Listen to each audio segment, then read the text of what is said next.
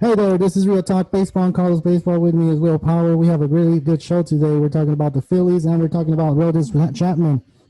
What's up, man? What happened with the Phillies this week? Bro, it's crazy like the buzz that I'm hearing about the Phillies over here, man. Everyone's getting excited, and I haven't heard them be excited since I moved here. They haven't Yeah, been team. But the biggest thing that I've heard from them was the Harper signing, and everyone giving their little 2 cents about it and everything. But man, 2 weeks ago, the Phillies weren't even a thought in MLB, right? They were in last place in their division. They weren't hitting very good. The pitching wasn't working. But man, Bryce Harper came out and said, "We're in last place. We need to win the next 9 out of 10 at least." And all of a sudden, they did it, and he called it. So the before the two losses last night and the night before, and now they're in second place in the division, man. So yeah, that just goes to show you, baseball, anything can happen. Football, it's like such a short season. You only have 17 games to really make things happen. But in yeah, baseball, even the shortened season, you have 60 games. yeah. And that's a lot. And So then when you have your superstar coming out and saying, you know what, we need to get it together. We need to pull together and win these games. And that's good that Bryce Harper did that because there's a lot of players that don't do that. They're just like, I'm just here to get paid. I'm just here to go ahead and win that money.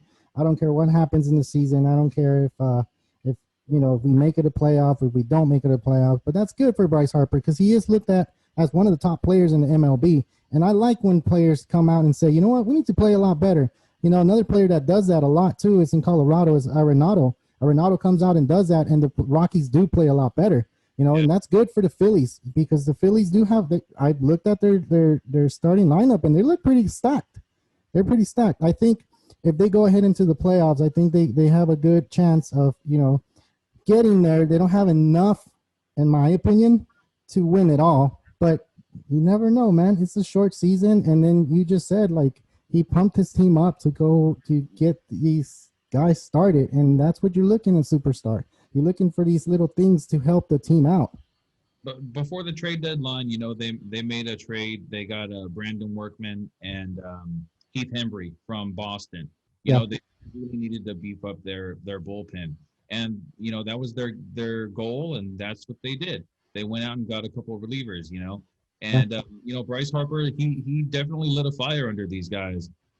Rhys Hoskins, right after he made that statement, all of a sudden Rhys Hoskins has been on fire. He has I think 4 home runs in the last 2 weeks. So he's starting wow, to look like the rookie that the way that he played when he was a rookie just a couple seasons ago. He's had some really bad cold streaks since then, but uh, I believe that year he was playing left field for the Phillies, yeah. and now at his home at first base, he's not really working out his legs too much in the outfield, running all over the place. So I think that's helping him save a little bit of energy. You know, I really think the main thing for the Phillies was going out and getting Girardi to run the team. That guy, he excelled with the Yankees, and now he plans to excel with the Phillies. And he has the full support of the team. He has the full support of the main office. It's everyone respects this guy, because I of mean, they his should. exactly. Like They why, should.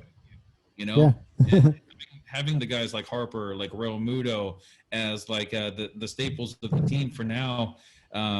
Yeah, a little bit of guidance for the younger guys. Gene Segura also, they have some really good veterans on the team that are helping all these young guys like Hoskins, like Scott Kingery, and really when it comes down to it, it's going to be all about pitching for the Phillies yeah, because Aaron Nola, he's been really good this season, and I really think that's because of Joe Girardi. Because Girardi was a catcher when he was a player, yeah. and catchers really make the best managers, in my own opinion. Yeah, I agree with you, man. He's not the only catcher player to become a coach or a manager for a team and taking them to the World Series. Look at Mike Matheny, catcher. He's a good one too. So I think Joe Girardi knows he won a lot of what is it like 3-4 championships with the Yankees, and then he won one as a coach, as a manager, and then I think he's taken the Marlins when he was with the Marlins. He did good as well too. So it's a good he's a good coach, and I think he's doing the right thing in Philadelphia. He probably talked to Bryce Harper and told him, "Hey, man, we need to get this going. You need to get your team back into this." And because he is that type of coach, he will come to you and he will tell you like, "Hey, you need to get this thing going, and you're not going to listen to me. You're the superstar in this team." And I mean, I'm just saying it could be different. It could be like Bryce Harper just came into this stadium that day and said, "You know what? I'm just going to go ahead and say what I feel like I need to say because we need to go ahead and start playing better." You know, it would be really interesting to see what goes on inside the clubhouse. You know, I would love to have like a camera feed and just see like, you know, what the pregame and the postgame little like powwows, you know, go on back there in the clubhouse between the teams. You know. That's true, man. I would love that too. I would love like, what? This guy doesn't look like he's himself today. What's going on with this guy? Or right. You know, this guy's too he's moving too much. What's going on? He's just, you know, I think that would be really cool. I think that would be a really, really cool feature to have as a fan. Yeah, for sure. Yeah. You know, during the All-Star game a couple seasons ago, they started doing the mic'd up players. You know, like Charlie Blackmon, they had him mic'd up. He's a funny guy. You know, I never knew that he was like he was, you know, making jokes and everything. So it's kind of cool to see the personality of the players like that. Because when it's like a one-on-one interview or even like a press conference, all you get is that serious guy that just wants to talk about baseball. But, you know, with the mic'd up moments, Freddie Freeman, you know, when I see him at first base, when I've heard him speak to the other players, he's out there having fun. Yeah.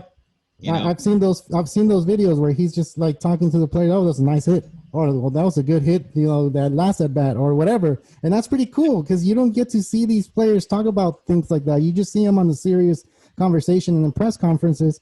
But out of that little scenario and playing and you know, seeing them play and then making, you know, remarks here and there or jokes, you see a different side of the player. And I think that's something that the game is missing.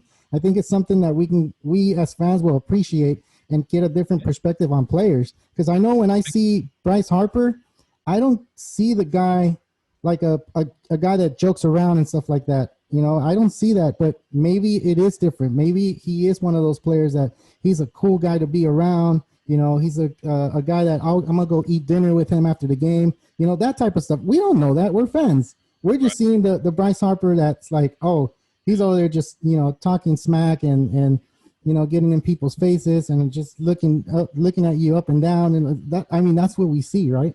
So to be said about like guys like that are looked at like they're jerks, like Madison Bumgarner. Everyone thinks that Bumgarner, you know, is a jerk. He's yelled at players for celebrating after they get a home run, you know, and it's not just one or two times. It's like every single time. Like, like guys like Derek Dietrich, you know, I'd love to see him behind the scenes because he has that like super cocky, charismatic kind of ego, you know. Like when he hits the home run, he just looks at it like, yeah. It feels like he's like staring at it until it finally drops, you know. Yeah. Like I would really like to see like a little bit more of that. I'm hoping that MLB really kind of takes that into consideration. It seems like they are putting the microphones a little bit into the games a little bit more now. I've been seeing a lot of videos kind of pop up every now and then, or even like just like during the game interviews. You know, a lot of times they would do the game interview with just the manager or coach or something. But just the other day, I don't know if you heard about it, but at the Dodger game, there was a drone that flew over. Oh yeah, I had to stop the game. Yeah, exactly. Yeah. All the players like cleared the field, but then Kike Hernandez is doing an interview like as this is happening, and he's like, "Oh my God, I don't feel safe," and he just like totally like ran away. You know, it's nice to see like the type of personality that they have. You know, he was just around. It seems like we got a little bit of a situation with a drone here. There's a drone above you? Above me, probably, because I'm doing this interview. Are they creeping on you? They're telling us. Did you do something wrong? They're taking us clear the field. I don't feel safe. I don't feel safe. No, I don't feel safe.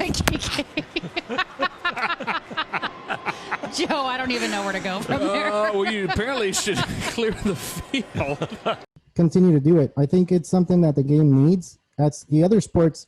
One of the things I could think of is UFC. UFC gives you the story of the whole fighter, right? Gives you his whole, like, his situation at home, you know, how he lives and everything. I think that's a good idea. I think if the MLB went ahead and did that on each player, I think it would be really cool to know, because we want to know who's who's a jokester, you know, who's a jokester in the dugout? Like, why is he doing that? Or, you know, like we were talking about Bryce Harper, is he really a good guy? Is he really one of those guys that you don't really want to talk to? Like, come on, give us a different view of him. We want to see him joking around. Like Mike Trout. Is Mike Trout a player that you want to go talk to, you want to hang out with, you know, like these type of players, like top players, we want to see their you know, their actual personalities, not just the personality we see on TV where it's just a small interview and then boom, that's it, you know. So hopefully that's something cool. I think they should, MLB should consider that. And then, like you said, there is videos on that, and hopefully we can go ahead and continue that.